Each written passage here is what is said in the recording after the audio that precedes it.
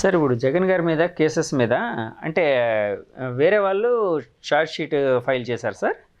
వేరే వాళ్ళు కాదు, అది సిబిఐలోనే మీరు కాదు, మీకు వేరే అధికారులు అధికారులు అంటే ఎస్పీ అంటే అందులో ఇన్వెస్టిగేషన్లో మీరేం భాగం కాలేదు. ఉంటుంది. ఇన్వెస్టిగేషన్లో వాళ్ళు చేసే ప్రతి ఒక్కటి మన దగ్గరకు వస్తుంది, మనం కామెంట్స్ ఇవ్వాలి దాని మీద.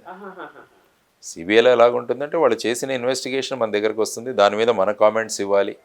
ఆ తర్వాత వాళ్ళు చేసిన ప్రతిపాదనలతో మీరు ఏకీభవిస్తున్నారా లేదా అని, ఏకీభవిస్తే ఎందుకు ఏకీభవిస్తున్నాం, ఏకీభవించకుంటే ఎందుకు ఏకీభవించలేదు అని ఆర్డర్ ఇచ్చి మళ్ళీ సీనియర్ ఆఫీసర్స్కి పంపించాలి. మన దగ్గర ఆగదు అది, డైరెక్టర్ గారి దగ్గర వరకు వెళుతుంది. మధ్యలో అనేక మంది లీగల్ ఆఫీసర్స్ ఉంటారు, ఈ లా ఆఫీసర్స్ ఉంటారు. ఈ విధమైన ఒక స్ట్రక్చర్ ఉంది సిబిఐ.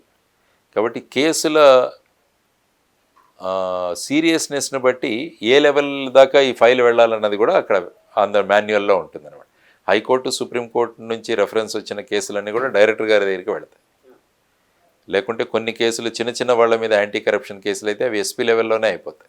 ఇది కోర్టు డైరెక్షన్తో వచ్చింది కదండి జగన్ గారి court direction, majority of the cases court direction నుంచి వస్తాయి. సత్యం స్కామ్ కూడా కోర్టు సత్యం డైరెక్షన్ కూడా అలాగే వచ్చింది. మిగతా మైనింగ్ కేసులు ఇవన్నీ కూడా మోస్ట్లీ కోర్టు నుంచి వస్తాయి. కోర్టులో ఇవన్నీ కోర్టు కేసులు. అప్పట్లో మీ మీద కూడా రకరకాల ఆరోపణలు చేసేవారు, అంటే నెగిటివ్ కామెంట్స్ చేసేవారు, చేస్తుంటారు. ఎందుకంటే ఎప్పుడైతే ఈ ఇన్వెస్టిగేషన్లో రాజకీయ నాయకులు ఉంటారో ఆటోమేటిక్గా ఈ ధోరణి ఉంటుంది, కామెంట్స్ చేస్తుంటారు, ఇవి వాళ్ళ అనుసరించి చేస్తున్నారు, ఇవన్నీ కూడా సర్వసాధారణం. మిమ్మల్ని అంటే ఫ్రాంక్గా చెప్తే చెప్పాలి అంటే సిబిఎన్ గారు చంద్రబాబు నాయుడు గారి మనిషి అని, లేకపోతే టీడీపీకి సంబంధించిన మనిషి అని ఇట్లాగ అనేవారు. అంటే నిజాలు కాదు నేను అంటుంది, అంటే ఇందులో నిజాలు మీరు చెప్పాల్సిందే. అట్ ద సేమ్ టైం నేను అడిగేది ఏంటంటే అప్పట్లో మీ మానసికమైన పరిస్థితి ఎలా ఉండేది సార్? ఇప్పుడు అంటే మీరు ఒక వర్క్ చేసేవారు, మీ సిన్సియర్గా మీ వర్క్ చేసేవారు, ఆ టైంలో ఇలాంటి ఆరోపణలు వచ్చినప్పుడు మీ పరిస్థితి ఎలా ఉండేది? మన కాన్షియస్ క్లియర్గా ఉన్నప్పుడు ఇటువంటి వాటిని పట్టించుకోవాల్సిన అవసరం లేదు. మన కాన్షియస్ క్లియర్గా ఉంది, మనం ఏమి ఈ విధంగా చేయట్లేదని మన కాన్షియస్ క్లియర్గా ఉన్నప్పుడు మనం ఇవన్నీ ఆక్యుపేషనల్ హజార్డ్స్. ఇవన్నీ ఎలక్ట్రికల్ లైన్ మ్యాన్కి షాక్ కొట్టచ్చు, కానీ ఎక్కాలి లైన్. జూలో జంతువులకు ఆహారాన్ని అందించేవాడు బోన్లో లోపలికి దూరాలి. ఇవన్నీ కూడా ఆక్యుపేషనల్ హజార్డ్స్. కాబట్టి పొలిటికల్ కేసెస్ హైకోర్టు నుంచి సుప్రీంకోర్టు వచ్చినప్పుడు ఇటువంటివి జరుగుతుంటాయి. కాబట్టి మన కాన్షియస్కి మనం క్లియర్గా ఉన్నప్పుడు ఇటువంటి వాటి గురించి పట్టించుకోవాల్సిన అవసరం లేదు, ఇవన్నీ జరుగుతుంటాయి. కానీ ఇలాంటి ఆరోపణలన్నీ మీరు పాలిటిక్స్లోకి వచ్చిన తర్వాత ఇంకా ఎక్కువయ్యాయి. అంటే అది పాలిటిక్స్లోకి రావడం అనే దానివల్ల ఇంకా ఎక్కువయ్యాయని భావించవచ్చా సార్? అదేం లేదు, దానికి నేను ఎక్కడ నేను పాలిటిక్స్లోకి రావడం అదేమి ఇట్ ఈస్ ఫ్రీ. నాకేమి పాలిటిక్స్లోకి వీళ్ళెవరు రాకూడదని ఎక్కడ నియమాలు లేవు. సో పాలిటిక్స్లోకి వచ్చాం మనం బేసిక్గా ప్రజలను చైతన్యవంతం చేయడానికి వచ్చిన విషయాలు. కాబట్టి ఎప్పుడైతే ఈ పొలిటికల్ రంగంలో ఉన్న వాళ్ళ మీద ఉన్న కేసులు అయితే ఇవన్నీ కూడా జరుగుతుంటాయి. ఇలాంటివి మామూలు సర్వసాధారణంగా జరుగుతున్న విషయాలు. మన పని మనం చేసుకుని వచ్చేసాం. ఇప్పుడు నేను ప్రజాక్షేత్రంలో ఉన్నాను, ప్రజారంగంలో చైతన్యం కలిగించే వ్యవస్థలో ఉన్నాం మనం. కాబట్టి దీన్ని మనం ముందుకు తీసుకెళ్దాం సక్రమం. సార్ మీరు ప్రజాక్షేత్రంలోకి వచ్చారు, పాలిటిక్స్లోకి వచ్చినప్పుడు మీరు అంటే మామూలుగా జనరల్గా ఎవరైనా పాలిటిక్స్ అనేది ఒక అధికారం వస్తే అంటే వాళ్ళు అనుకున్నట్టు, ఇప్పుడు ఫర్ ఎగ్జాంపుల్ మీరు వచ్చారు, ఏదో చేంజ్ తీసుకొని రావాలి అనే కాన్సెప్ట్లో వచ్చారండి. అధికారం అనేది వస్తే బాగుంటుంది, ఇంకా ఎక్కువ చేయొచ్చు అనేది ఒకటి ఉంటుంది ఇంటర్నల్గా, బయటకు చెప్పైనా. అలాంటి ఆలోచన ఏమైనా దాంతోనే మీరు ఈ రంగంలోకి వచ్చారంటే?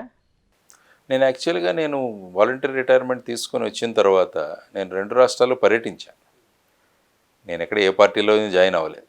నేను అన్ని జిల్లాల్లోకి వెళ్ళి అక్కడ సమస్యలు, రైతాంగ సమస్యలు ఇవన్నీ తెలుసుకున్నాను.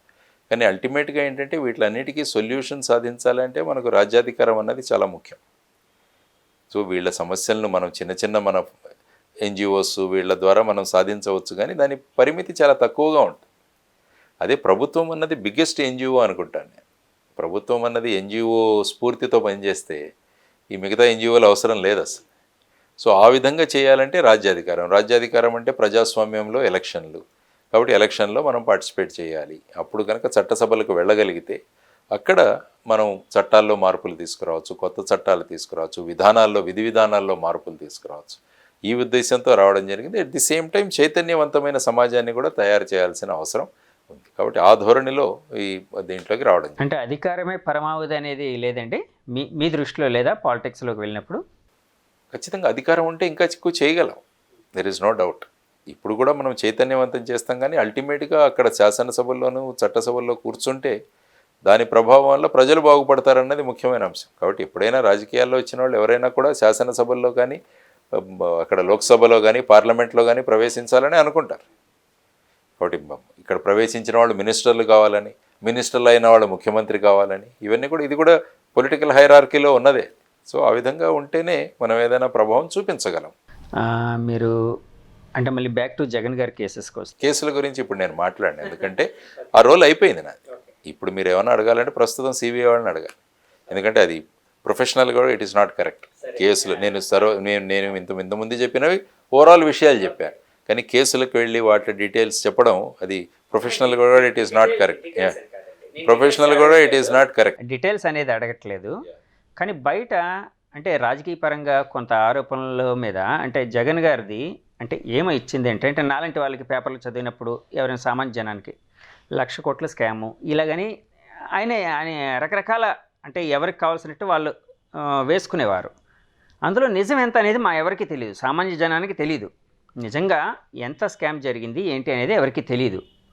అంటే అందులో డైరెక్ట్గా ఇన్వాల్వ్ అయ్యారు లేదో అది సిబిఐ తెలుస్తుందండి, అంటే కోర్టులు తెలుస్తాయి, అదంతా తర్వాత విషయం. కానీ ఆ నెంబర్ ఎంత సార్? 1,00,000 అన్నది ఉంది కాస్త అది ఎంత నెంబర్ అండి? ఇప్పుడు ఎలా ఉంటుందంటే ఒక మార్కెట్ వాల్యూ ఒకటి ఉంటుంది, మామూలు రిజిస్టర్డ్ వాల్యూ ఒకటి ఉంటుంది. మీరు ఒక భూమి ఏదైనా తీసుకుంటే దాని విలువ మీరు స్టాంపుల్లో చూస్తే 1,00,000 ఉంటుంది, స్టాంప్ డ్యూటీ దానికే కడతారు. కానీ అదే ఇప్పుడు ఆపరేషన్ లేకుండానే మోకాళ్లకు ప్లాస్మా ట్రీట్మెంట్, మీ ఆర్థోపెడిక్ సమస్యలన్నిటికీ రోబోటిక్ టెక్నాలజీ ద్వారా తక్కువ ఖర్చుతో శాశ్వత పరిష్కారం, ఫ్రీ కన్సల్టేషన్, ప్రతి ట్రీట్మెంట్ పై 20% డిస్కౌంట్. ఈ ఆఫర్ కొద్ది రోజులు మాత్రమే, త్వరపడండి. V9 hospitals 9281465842.